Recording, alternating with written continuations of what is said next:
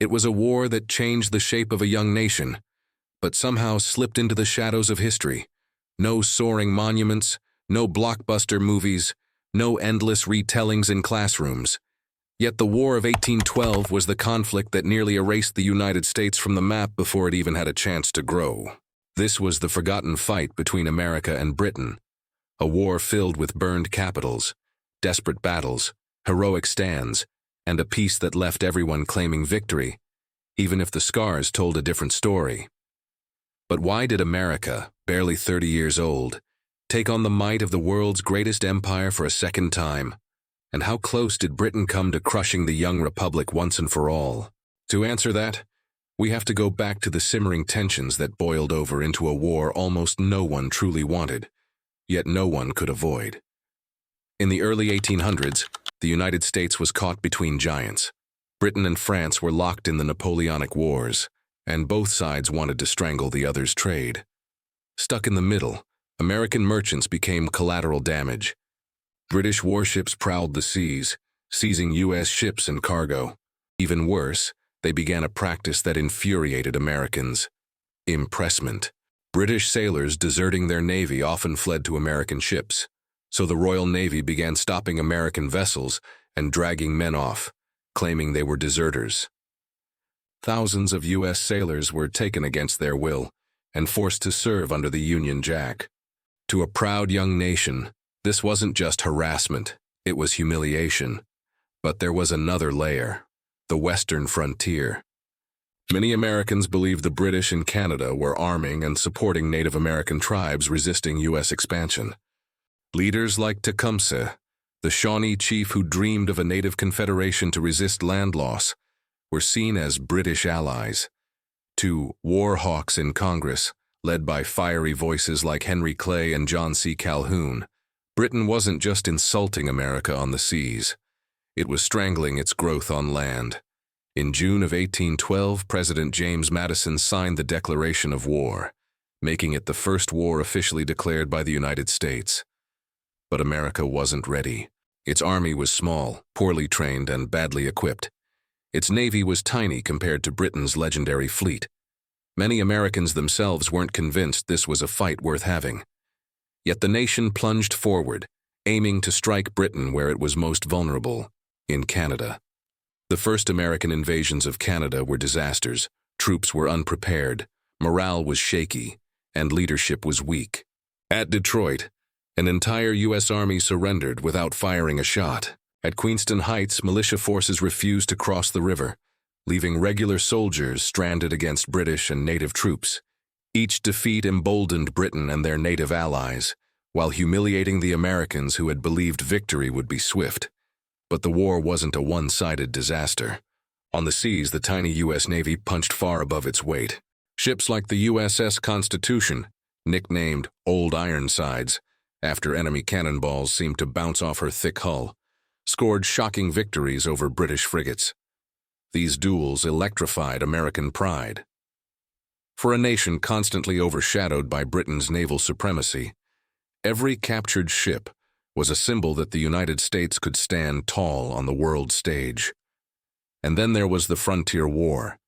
Tecumseh's Confederation fought fiercely alongside the British, winning victories that stunned American forces. But in 1813, at the Battle of the Thames, Tecumseh was killed. His dream of a united native resistance died with him, and the balance of power in the West began to shift. For many native nations, the War of 1812 was more than a fight between America and Britain. It was a last stand for their homelands. Meanwhile, the war dragged on. In Europe, Britain's focus was still locked on Napoleon. But by 1814, with Napoleon defeated and exiled to Elba, Britain could finally turn its full attention to America. What came next was the darkest chapter of the war.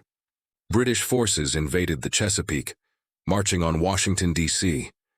In August 1814, they burned the Capitol. The White House, the Capitol, government offices, flames lit the night sky as the city was left in ruins. President Madison barely escaped. To the young republic, it was a humiliation almost too great to bear. Imagine watching your capital turn to ash by the very enemy you had sworn independence from just a generation earlier. But in that same campaign came one of the war's defining moments. As British warships bombarded Fort McHenry near Baltimore, a young lawyer named Francis Scott Key watched from the harbor. Against all odds, the fort held through the night. At dawn, the American flag still waved above the ramparts. Inspired, Key penned the words that would later become the Star-Spangled Banner. In the middle of chaos and fire, a symbol of resilience was born. In the north, battles raged across the Great Lakes. Naval fights like the Battle of Lake Erie proved decisive. "We have met the enemy and they are ours," declared U.S. Commodore Oliver Hazard Perry, after capturing an entire British squadron. These victories gave Americans hope, showing that even against the greatest empire on earth, they could strike blows that mattered. And then came New Orleans. In early 1815, a massive British force launched an attack on the southern port city, aiming to control the Mississippi River. Defending the city was General Andrew Jackson, who rallied a ragtag force of soldiers, militia, free African Americans, and even pirates. Against overwhelming odds, they annihilated the British assault, inflicting thousands of casualties while losing only a few dozen men. The Battle of New Orleans became legendary, and Jackson, a national hero. Here's the twist. The battle was fought after the war had technically ended. Weeks earlier, in December 1814, negotiators in Ghent had signed a peace treaty. But news traveled slowly, and no one in New Orleans knew the war was already over. Still, the victory gave Americans the sense that they had ended the conflict on their own terms, with pride intact. The Treaty of Ghent ended the war with no clear winner. Boundaries returned to where they were before the fighting began.